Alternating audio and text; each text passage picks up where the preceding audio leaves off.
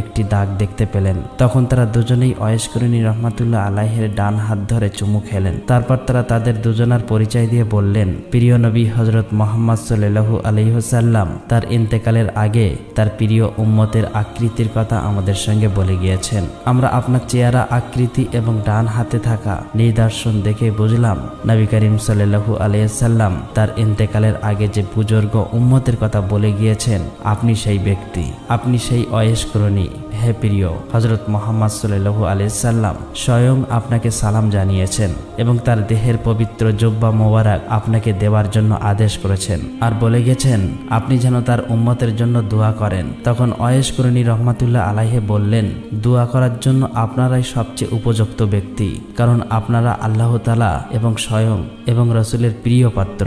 তখন হযরত ওমর রাদিয়াল্লাহু তাআলা আনহু বললেন, আমরা তো নবী করিম সাল্লাল্লাহু আলাইহি ওয়াসাল্লামের উম্মতের জন্য দোয়া করেই থাকি, তবুও আপনি নবী করিম সাল্লাল্লাহু আলাইহি ওয়াসাল্লামের অনুরোধ রক্ষা করুন। তখন ওয়াইস করণী বললেন, হে খলিফা ওমর, আপনি হয়তো ভুল করছেন।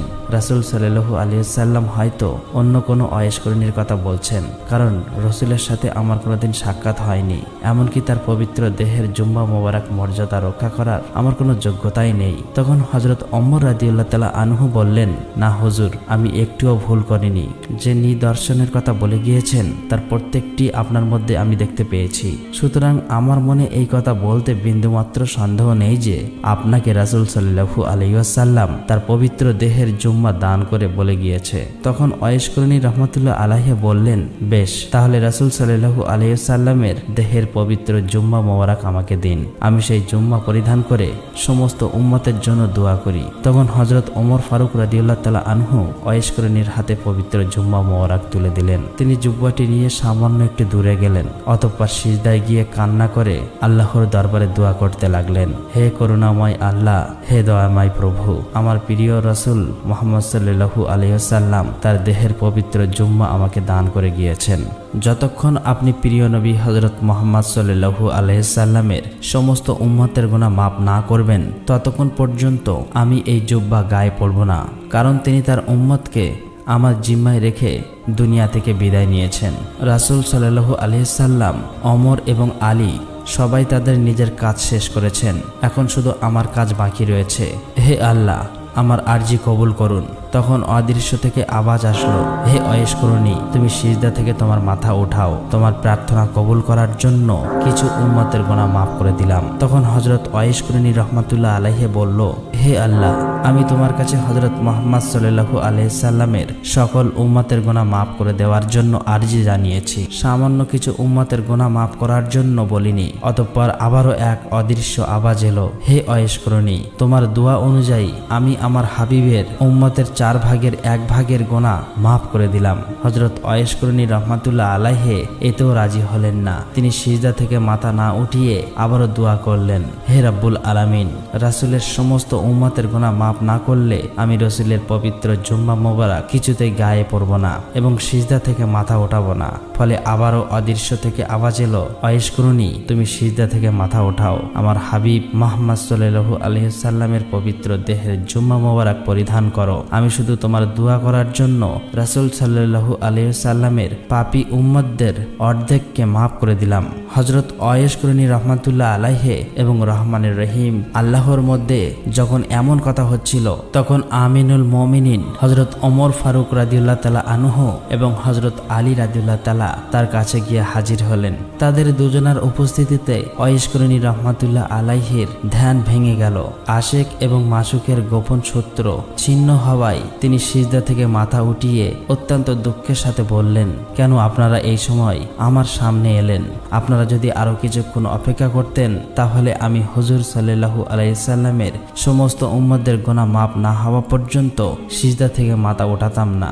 আপনারা আমার সামনে এসে সবকিছু নষ্ট করে দিলেন। তারপর হযরত ওয়াইস করণী রহমাতুল্লাহ আলাইহি রাসূল সাল্লাল্লাহু আলাইহি সাল্লামের পবিত্র জুব্বা মোবারক পরিধান করলেন।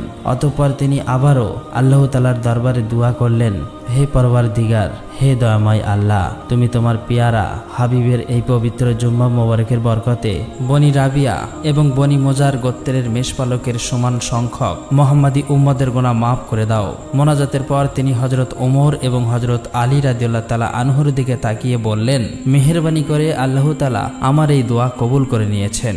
বনি রাবিয়া এবং বনি মোজার গোত্রের মেষপালকের সমস্ত মেষের পশমের সমান সংখ্যক মোহাম্মদ উম্মদের গোনা মাফ করে দিয়েছেন। অতএব হজরত আলী রাদিয়াল্লাহু তাআলা আনহু ওয়াইস কুরনি রহমাতুল্লাহ আলাইহিকে বললেন, হুজুর, আপনি নবী করিম সাল্লাল্লাহু আলাইহি সাল্লামের সাথে একদিনও দেখা করলেন না কেন, অথচ তার প্রতি আপনার এত মহব্বত? তখন ওয়াইস কুরনি রহমাতুল্লাহ আলাইহি তার প্রশ্নের জবাবে বললেন, আপনারা কি নবী করিম সাল্লাল্লাহু আলাইহি ওয়াসাল্লামকে নিজের চোখে কখনো দেখেছেন?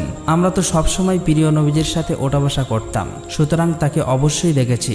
তখন হজরত ওয়াইস কুরনি রহমাতুল্লাহ আলাইহি বললেন, আচ্ছা বলুন তো, তার চোখের ভুরু দুটি জোড়া ছিল নাকি আলাদা ছিল? তখন তারা দুজনেই প্রশ্নের সঠিক উত্তর দিতে পারলেন না। তখন তারা বললেন, আমরা তো কোনোদিন হুজুর সাল্লাল্লাহু আলাইহি ওয়াসাল্লামের চেহারার দিকে তাকিয়ে কথা বলিনি, তাই আমরা এই বিষয় লক্ষ্য করিনি।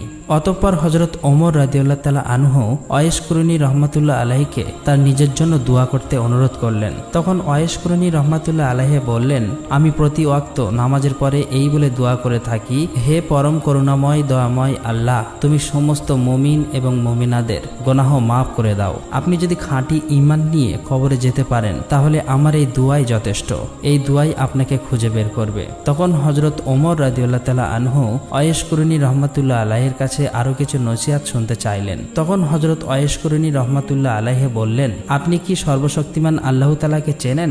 যদি তাকে ছাড়া আর অন্য আর কাউকে না চেনেন তাহলে আল্লাহ তাআলাকে চেনাই আপনার জন্য সবচেয়ে ভালো। অতঃপর তিনি হজরত ওমর রাদিয়াল্লাহু তাআলা আনহুকে জিজ্ঞেস করলেন, আল্লাহ তাআলা কি আপনার সম্বন্ধে জানেন? তখন হজরত ওমর রাদিয়াল্লাহু তাআলা আনহু বললেন, তিনি আলিমুল গায়েব, নিশ্চয়ই তিনি আমার সম্বন্ধে সবকিছুই জানেন। তখন হজরত ওয়াইস কুরনি রহমাতুল্লাহ আলাইহি বললেন, তিনি ছাড়া আর কেউ যদি আপনাকে না জানে না চেনে তাহলে সেটাই আপনার জন্য ভালো। অতঃপর হজরত ওমর রাদিয়াল্লাহু তাআলা আনহু হজরত ওয়াইস কুরনি রহমাতুল্লাহ আলাইহিকে কিছু নজরানা দিতে চাইলেন। তখন হজরত ওয়াইস কুরনি রহমাতুল্লাহ আলাইহি তার নিজের পকেট থেকে দুটি দিরহাম বের করে বললেন, উট চড়িয়ে এই দিরহাম দুটি পেয়েছিলাম, আপনি কি আমাকে এই নিশ্চয়তা দিতে পারবেন যে এগুলি খরচ না করা পর্যন্ত আমি এই দুনিয়ায় বেঁচে থাকব? যদি পারেন তাহলে আমাকে নজরানা দিন।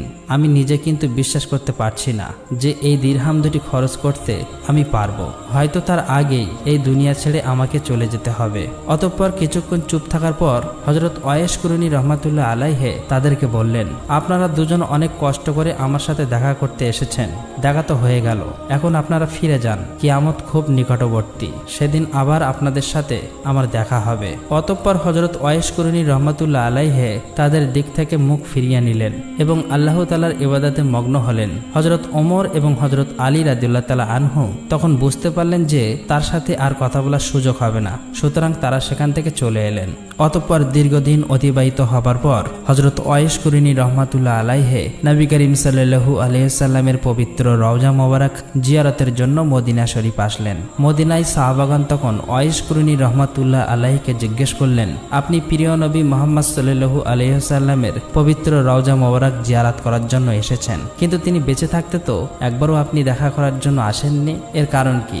তাদের জবাবে হজরত ওয়াইস কুরনি রহমাতুল্লাহ আলাইহি বললেন, আমার বিরুদ্ধা অচল অন্ধ মাকে ছেড়ে ইচ্ছা থাকা সত্ত্বেও আমি আসতে পারিনি। তখন সাহাবারা বলল, আমাদের সবার তো পিতামাতা ছিলেন, কিন্তু আমরা তো আমাদের পিতামাতার চেয়ে নবী করিম সাল্লাল্লাহু আলাইহি সাল্লামকে মন প্রাণ দিয়ে বেশি ভালোবাসতাম। তখন ওয়াইস কুরনি রহমাতুল্লাহ আলাইহি বললেন, আপনারা তো সবসময় রাসূল সাল্লাল্লাহু আলাইহি সাল্লামের দরবারে ছিলেন, তাকে কাছ থেকে প্রতিদিন দেখেছেন, তাকে মন প্রাণ দিয়ে ভালোবাসতেন। আচ্ছা বলুন তো দেখি, রাসূলের চেহারা মোবারক কেমন ছিল? তখন সাহাবাগান রাসূল সাল্লাল্লাহু আলাইহি ওয়াসাল্লামের চেহারা মোবারকের কিছু কিছু বর্ণনা দিতে শুরু করলেন। এটা শুনে হযরত ওয়াইস কুরনি রাহমাতুল্লাহ আলাইহি বললেন, আপনারা তো এতক্ষণ যা বললেন এটা তো শুধু বাইরের এক টুকরোর কথা, কিন্তু তার বাতিনি আকৃতির কথা তো আপনারা কিছুই বলেননি। সাহাবাগণ তখন কোনো জবাব দিতে না পেরে বললেন, হুজুর তাহলে আপনিই বলুন। তখন ওয়াইস কুরনি রাহমাতুল্লাহ আলাইহি রাসূল সাল্লাল্লাহু আলাইহি ওয়াসাল্লামের আকৃতির এমন বর্ণনা দিলেন যে সাহাবাগণকেও তার কোনো কথার অস্বীকার করার সুযোগ সুযোগ পেলেন না। তার বর্ণনা শুনে সাহাবাগান নতুন করে নবীজিকে দেখতে পেলেন। তখন তারা সবাই কেঁদে ফেললেন।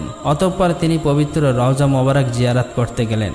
রাসূল সাল্লাল্লাহু আলাইহি সাল্লামের মহব্বতে হযরত ওয়াইস কুরনি রাহমাতুল্লাহ আলাইহি কাঁপতে কাঁপতে পবিত্র রওজা মোবারকের পাশেই বেহুশ হয়ে পড়লেন। কিছুক্ষণ পর হুঁশ ফিরলে জিয়ারত শেষ করে পাশের লোকজনকে বললেন, দয়া করে আপনারা আমাকে ধরুন এবং মদিনার সীমানার বাইরে রেখে আসুন।